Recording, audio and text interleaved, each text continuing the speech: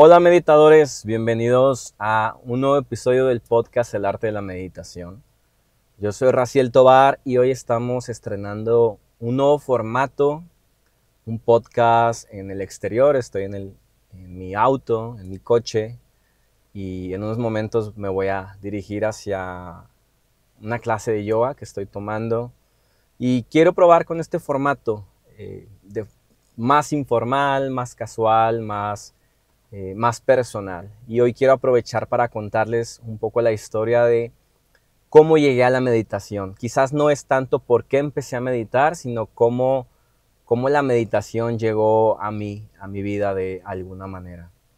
Y es una historia, creo, bastante interesante y curiosa porque yo era bastante joven, tenía unos 16 años. Bueno, me voy a ir un poco más para atrás. Cuando yo tenía 15 años, me empecé a interesar mucho por el tema espiritual y me hice preguntas sobre el cristianismo. No encontré las respuestas que yo buscaba y entonces empecé a explorar otras religiones y recuerdo que fui a algún supermercado que tenía una librería muy pequeña o una sección de libros, y ahí había sobre budismo, había sobre confucianismo, me parece, el Tao, hinduismo, y de todas las que más me llamó la atención fue el budismo, y ahí me compré mi primer libro sobre budismo que, si no mal recuerdo, se llama Introducción al Budismo,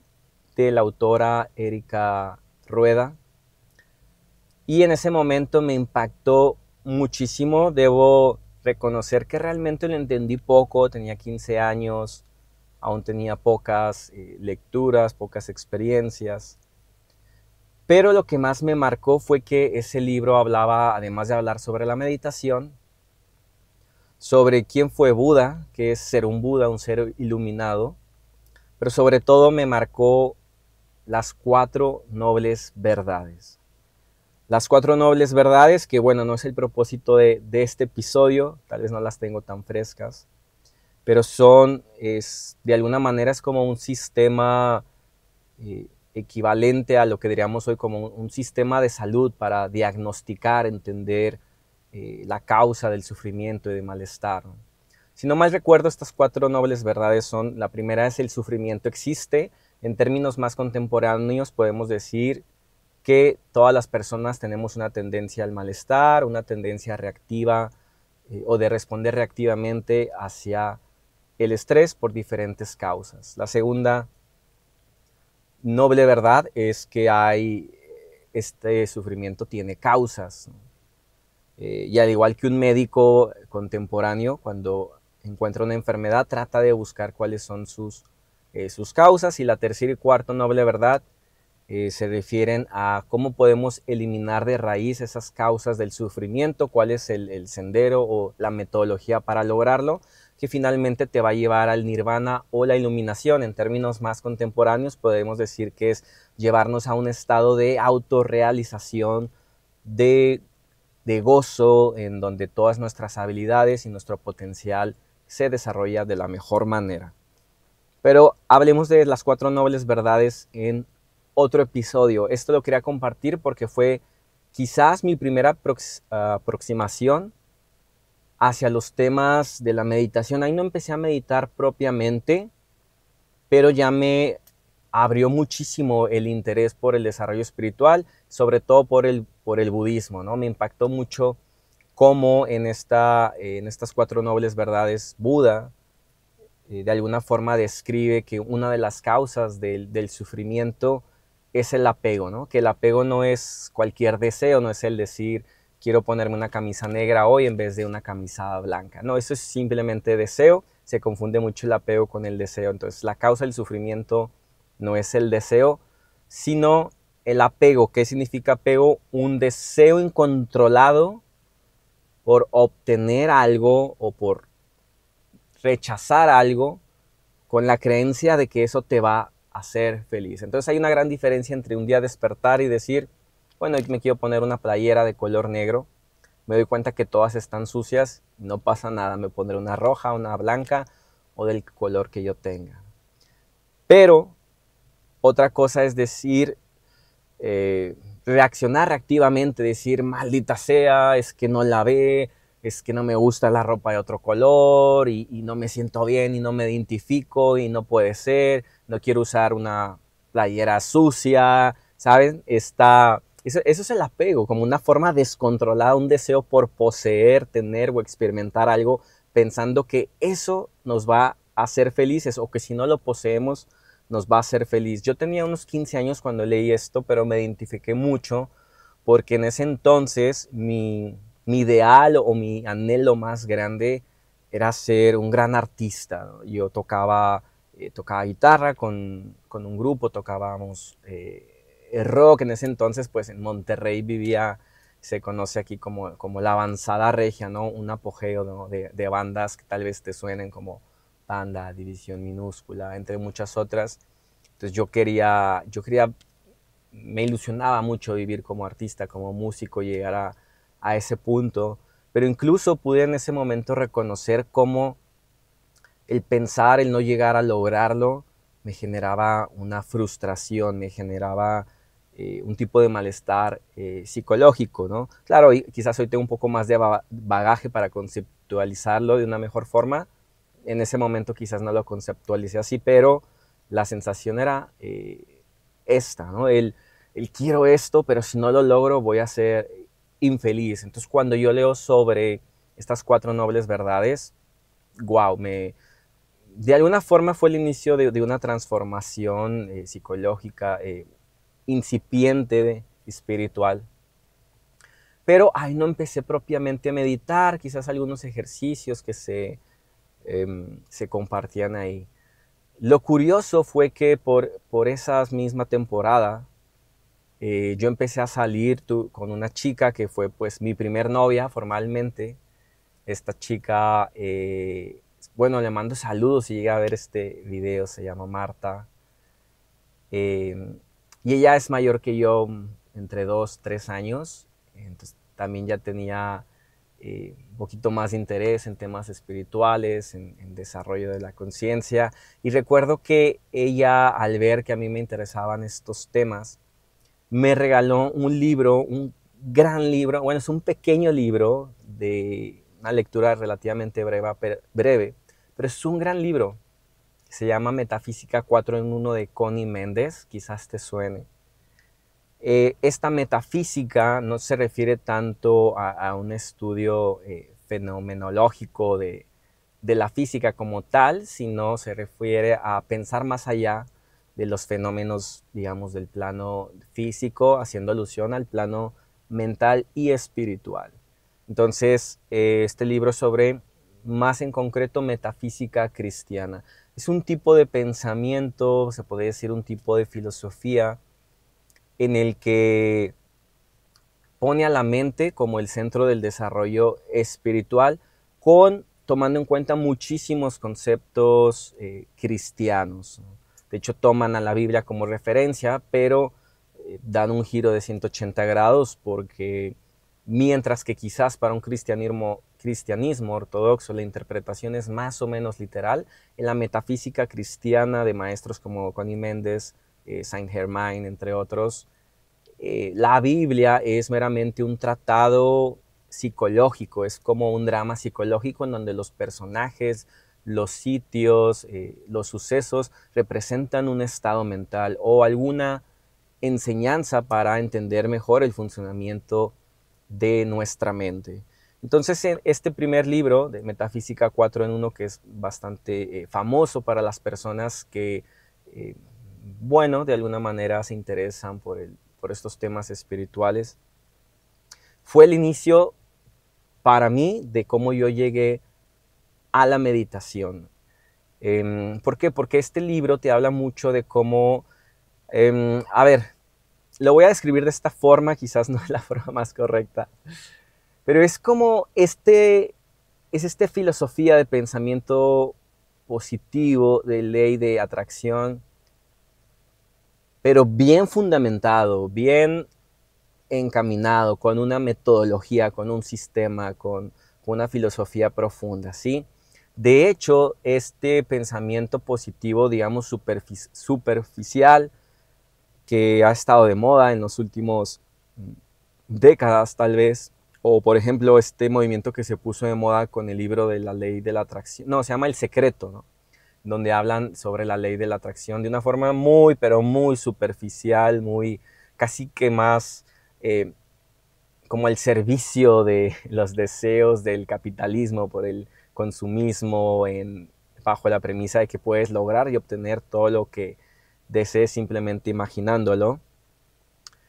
Eh, Hago esa diferencia, ¿no? Una cosa es este pensamiento positivo superficial, al servicio quizás del capital, y otro es este otro pensamiento que no me gusta usar esa palabra, es que no encuentro una mejor, digamos, pensamiento virtuoso, un pensamiento que desarrolla tu potencial, pues proviene de esta corriente de la metafísica cristiana y me transformó porque te empieza a explicar cómo toda nuestra realidad de alguna forma es determinada por nuestro pensamiento, que es bastante hoy ya más adulto, con un poquito más de experiencia y lecturas en el budismo, me doy cuenta que hay una similitud, una relación bastante cercana entre esta metafísica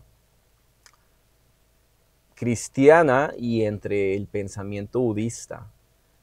Entonces, para mí esa fue la forma en la que llegué a la meditación, porque este libro te pone pequeños ejercicios desde que te empieces, por ejemplo, que visualices tu día. Cuando tú despiertas o antes de salir de casa, visualiza tu día y visualiza los resultados que quieres lograr. Esa es una forma de meditación. Sé que hay muchas definiciones de meditación, para algunas personas podrían decir, no, esa no es meditación, pero desde mi punto de vista sí lo es, porque te estás familiarizando con tu potencial, con un desarrollo más virtuoso de tu ser, ¿no? Y pues la meditación para mí es eso, es una forma de desarrollar tus virtudes, ¿no? De identificarte con tu ser más puro, más elevado. Entonces empecé a hacer estos pequeños ejercicios en un contexto quizás bastante relajado, ¿no? Como adolescente, en donde mis obligaciones eran ir a la preparatoria, pasar los exámenes, reunirme con mis amigos, con esta banda de rock que yo tenía, básicamente pues divertirme, entre bueno, algunas responsabilidades de casa que me ponían mis papás, pero era un contexto a diferencia de cuando uno es adulto con más responsabilidades, bastante bonito diría yo para empezar a meditar, porque entonces yo empezaba mis días visualizando, ¿no? Cómo quería que fueran, me visualizaba que llegaba incluso a tomar el camión y que pasaba rápido, que había un lugar para mí, ¿no? Que llegaba a tiempo, que veía a mis amigos, que lo pasábamos bien, que pasaba los exámenes sin esfuerzo, o sea, básicamente visualizaba todo lo que quería lograr y en la gran mayoría de los casos daba resultado o las cosas ocurrían como yo las pensaba. Es interesante también empezar a meditar con esta, digamos, de esta forma, porque a diferencia, les digo, como en estos libros del secreto, que es muy superficial, aquí hay toda una base ética. Entonces, por ejemplo, Connie Méndez te dice que siempre que desees lograr algo, obtener algo, lo hagas pensando también desde el beneficio de los demás. No recuerdo exactamente los decretos que ella utiliza, pero ella decía, por ejemplo, si tú quieres un coche, un automóvil, eh, no recuerdo si lo pedía como hacia uno mismo, hacia una conciencia universal, pero podemos decir un ejemplo como universo, gracias por el coche que me vas a regalar, espero que esto sea de beneficio para mí y para todas las demás personas, ¿no? Que todos de alguna forma salgamos beneficiados con este automóvil que yo decreto que ya poseo. Y lo decretas desde el resultado, o sea, no lo decretas desde ojalá, si es tu deseo, si es tu intención, Dios, sino Dios, gracias por el automóvil que ya me has regalado. Entonces yo lo hacía a un nivel más básico como universo, gracias por dejarme tener un día tranquilo, por ayudarme a pasar mis exámenes, por poder... no lo recuerdo, ¿no? Cosas de adolescentes, que me vaya bien cuando tenía una presentación, una tocada con mis amigos. Entonces yo así llegué a la meditación, de alguna forma creo que esta primera novia que yo tuve, Marta, que de hecho ella se dedica ahora, es una sanadora, ¿no? Ella sigue dedicándose al tema espiritual. Yo creo que ella de alguna forma fue como una Dakini en mi vida. Dakini es, en el budismo, es como un ser espiritual muy desarrollado, como parecido, ¿no? A un Buda femenino que te concede realizaciones y te ayuda en tu camino espiritual. Y yo creo que ella apareció en mi vida a esta edad tan temprana para eso, para de alguna forma introducirme en la metafísica cristiana y el mundo de la meditación. Entonces es curioso porque o sea, es algo que yo estaba buscando sí o no, sí y no, o sea, es decir, yo no estaba pensando, quiero aprender a meditar, voy a ir a un grupo de meditación. Pero cuando ella me regala este libro, yo empiezo a pensar muy, muy diferente. Sigo siendo una persona o un adolescente normal en ese momento, que se divertía con sus amigos, iba a fiestas y tomaba alcohol y tocaba la guitarra y me enamoraba y luego me desenamoraba, etcétera. Pero al mismo tiempo, otra parte de mi pensamiento, de mi psicología se iba desarrollando en observar cómo las cosas que me hacían feliz de pronto eran efímeras, ¿no? De lo que hablaba también, lo iba conectando después con las 4 nobles verdades de las que había leído en este libro de Erika Rueda de Introducción al Budismo. También empecé a meditar con visualizaciones que se describen en la metafísica cristiana, ¿no? Imaginar que una luz ultravioleta llena tu cuerpo, llena tus células, que estás sano, que te conviertes en un maestro ascendido. Y aquí hay una gran similitud entre el tantra del budismo, ¿no? Con estas prácticas que te ayudan a eliminar las apariencias y percepciones equívocas para identificarte con tu potencial a través de un arquetipo con el que te empiezas, pues nuevamente tú a identificar con esa figura. Pero bueno, después hablaré más de estas similitudes que hay entre la metafísica o el pensamiento. ¿Qué palabra podemos utilizar, ¿no? Es esta corriente de pensamiento en donde se promueve el yo soy o se exalta el yo soy versus el budismo en donde más bien la postura es no hay un yo, no existe un yo. Sí existe un yo aparente con el cual todos nos podemos relacionar, pero no existe un yo intrínseco, inherente, porque depende de causas y condiciones, y si lo buscas con sabiduría no lo encuentras. Entonces parece que son posturas diametralmente opuestas, pero tienen un punto de convergencia.